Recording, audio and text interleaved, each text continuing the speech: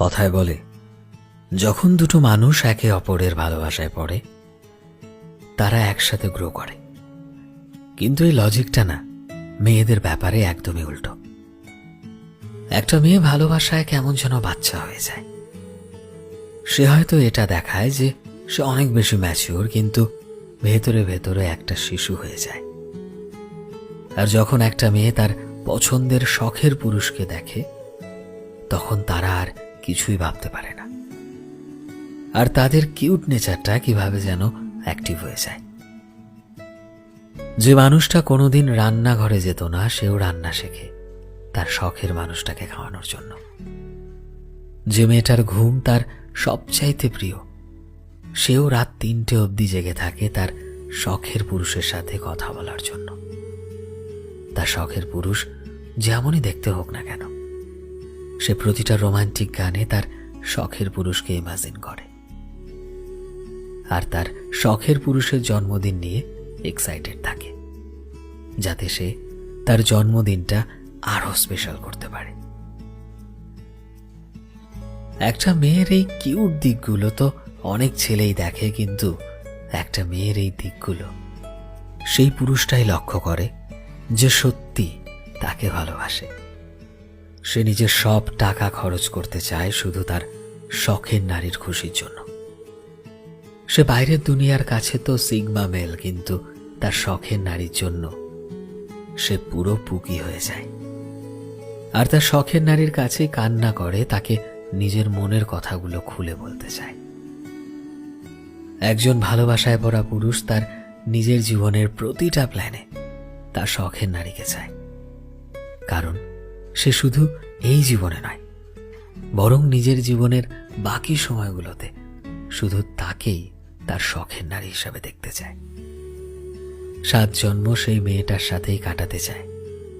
আসলে একটা মেয়ে ভালোবাসায় একটা ছেলের জীবনের ঘর হয়ে যায়, আর ভালোবাসায় পড়া একটা ছেলে তার শখের নারীর জন্য সেই ঘরের রক্ষাকর্তা। মানুষ বেশিরভাগ সময়ই সেই জিনিসগুলোর মূল্য দেয় না যেটা তারা খুব সহজেই পেয়ে যায়। মানুষ সবসময় সেটাই চায় যেটা সে সহজে পায় না। কখনো ভেবে দেখেছো তোমার নতুন জীবনে যদি জীবনে সেই পুরনো মানুষগুলো না থাকে, নিজেকে বোঝানোর জন্য কি আসলেই সেই রকম কাউকে পাবে? তুমিও হাঁপিয়ে যাবে একদিন। তোমার জীবনে থাকা নতুন মানুষগুলো যখন তোমার কথা না শুনতে চাইবে, যখন সেই পুরনো মানুষগুলোকেও তুমি হারিয়ে ফেলবে, তুমি অনেক কিছু বলতে চাইবে। তখন নিজের মনের কথাগুলো কার কাছে খুলে বলবে?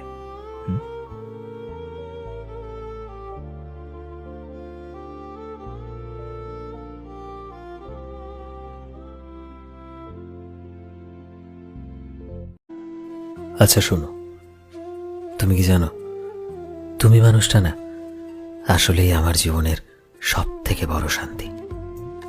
আমার প্রতিটা হাসির কারণ আর কেউ নয়, শুধু তুমি।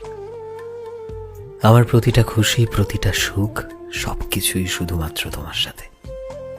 আমার ভালো লাগে তোমার ওই চোখ, আর তার থেকেও বেশি ভালো লাগে যখন আমি তোমার ওই চোখের মাঝে নিজের জন্য ভালোবাসা দেখতে পাই। তোমার আমার কাছে আসা, তোমার মুখে আমায় ভালোবাসি বলা, আর তারপরের মুহূর্তে তোমার জন্য আমার হৃদস্পন্দন বেড়ে যাওয়া। আর তুমি শুধুই আমার, এই ভাবনাটা আমায় অনেক শান্তি দেয়।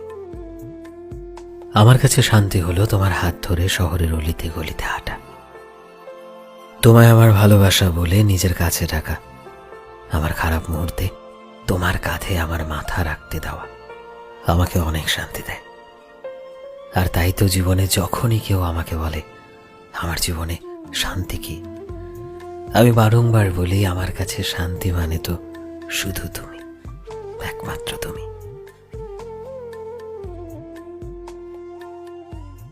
কখনো কখনো এমন হয় না যে মানুষটা অনেক ভালো হয়, কিন্তু সময় ও পরিস্থিতি এতটাই খারাপ হয় যে আমরা সেই মানুষটার সাথে আর থাকতে পারি না।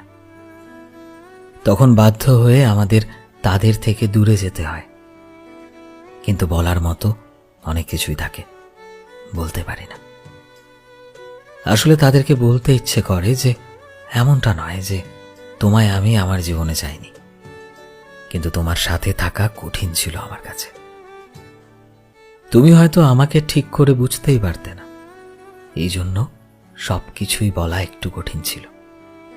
কঠিন ছিল এটা বলা যে যখন তুমি আমাকে বোঝার চেষ্টাই করো না, আমার চোখের জলের মূল্যই দাও না, তোমায় আমার বলা প্রতিটা কথা খারাপ লাগতো।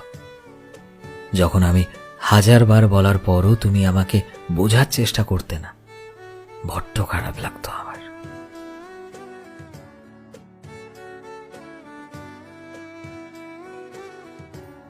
এই পৃথিবীর সবচেয়ে কঠিন জিনিসগুলোর মধ্যে একটি হলো মানুষকে ভুলে যাওয়ার চেষ্টা করা। কিন্তু লক্ষ্য করেছো, আমরা যাদের ভুলে যেতে চাই, আমরা কোনো না কোনোভাবে সে মানুষগুলোকে আরো বেশি মনে করতে শুরু করি। নিজের অজান্তেই সেই মানুষগুলোর কথা আরো বেশি করে ভাবি। আসলে কি বলতো, মানুষ যতই বলুক ভুলে যা, কিন্তু সত্যি হলো কেউ কাউকে কোনোদিনও ভুলতে পারে না। মানুষ হয়তো ভুলে যাওয়ার চেষ্টা করে আর জীবনে এগিয়ে যাওয়ার চেষ্টা করে, তাকে ছাড়া সেও ভালো আছে এটাও দেখানোর অভিনয় করে। আর এসবের মাঝেই সে পুরনো মানুষটা কিছুটা হলেও আবছা হয়ে যায়। খুব বেশি মন খারাপে কিংবা একাকিত্বে সময় কাটানোর সময়, চায়ের চুমুকের সাথে বা পড়ন্ত বিকেলে পছন্দের কোনো গানে আবারও সেই মানুষটাকে হঠাৎ করেই মনে পড়ে যায়। মনের ভেতর কেমন একটা অদ্ভুত মায়া কাজ করে। মনে হয় কোথাও না কোথাও তার সাথে কাটানো মুহূর্তগুলো আমায় বলছে, আজও আমায় বলতে পারোনি, তাই না? আসলে মানুষ ভালোবাসলে কোনো দিনই ভুলতে পারে না। হয়তো চেষ্টা করে, কিন্তু তবুও সেই মানুষটা না থাকলেও তার স্মৃতি থেকে যায় সারাটা জীবন তার সাথেই।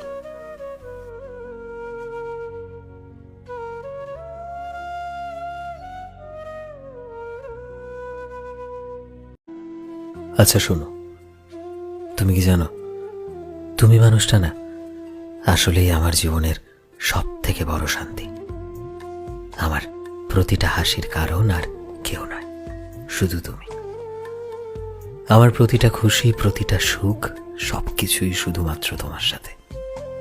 আমার ভালো লাগে তোমার ওই চোখ, আর তার থেকেও বেশি ভালো লাগে যখন আমি তোমার ওই চোখের মাঝে নিজের জন্য ভালোবাসা দেখতে পাই। তোমার আমার কাছে আসা, তোমার মুখে আমায় ভালোবাসি বলা, আর তারপরের মুহূর্তেই তোমার জন্য আমার হৃদস্পন্দন বেড়ে যাওয়া। আর তুমি শুধুই আমার, এই ভাবনাটা আমায় অনেক শান্তি দেয়। আমার কাছে শান্তি হলো তোমার হাত ধরে শহরের অলিতে গলিতে হাঁটা, তোমায় আমার ভালোবাসা বলে নিজের কাছে ডাকা, আমার খারাপ মুহূর্তে তোমার কাঁধে আমার মাথা রাখতে দেওয়া আমাকে অনেক শান্তি দেয়।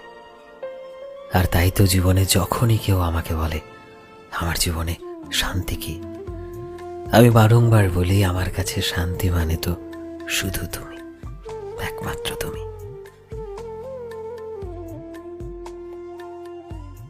মৃত্যুর শেষে 7 মিনিট, আমরা সবাই এই কথাটা কোথাও না কোথাও শুনেছি। মানুষ বলে মৃত্যুর আগের 7 মিনিটের মধ্যে আমাদের পুরো জীবনটা গল্পের বইয়ের মতো আমাদের স্মৃতিতে ভেসে ওঠে। জীবনে সব পাওয়া না পাওয়ার সুখ, দুঃখ, আক্ষেপ, প্রতিটা মুহূর্ত যেন কোনো না কোনো ছবির মতো আমাদের চোখের সামনে ভেসে ওঠে।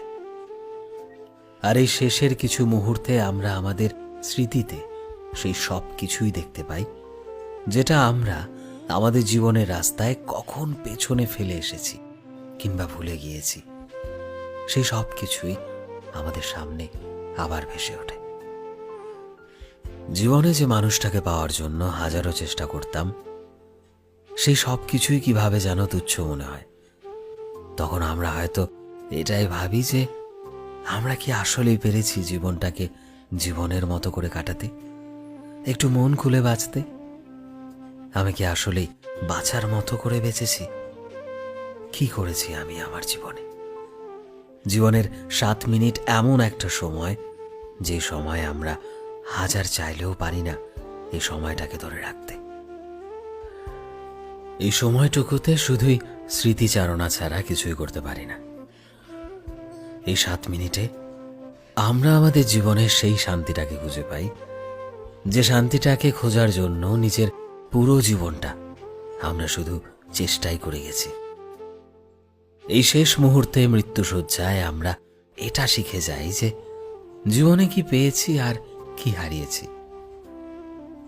জীবন মানে তো এটাই যে আমরা আমাদের জীবনের মুহূর্তগুলো কিভাবে কাটিয়েছি। আসলেই কি আমাদের জীবনটা সুখের ছিল? আসলেই কি আমাদের জীবনটা স্মৃতিমধুর ছিল?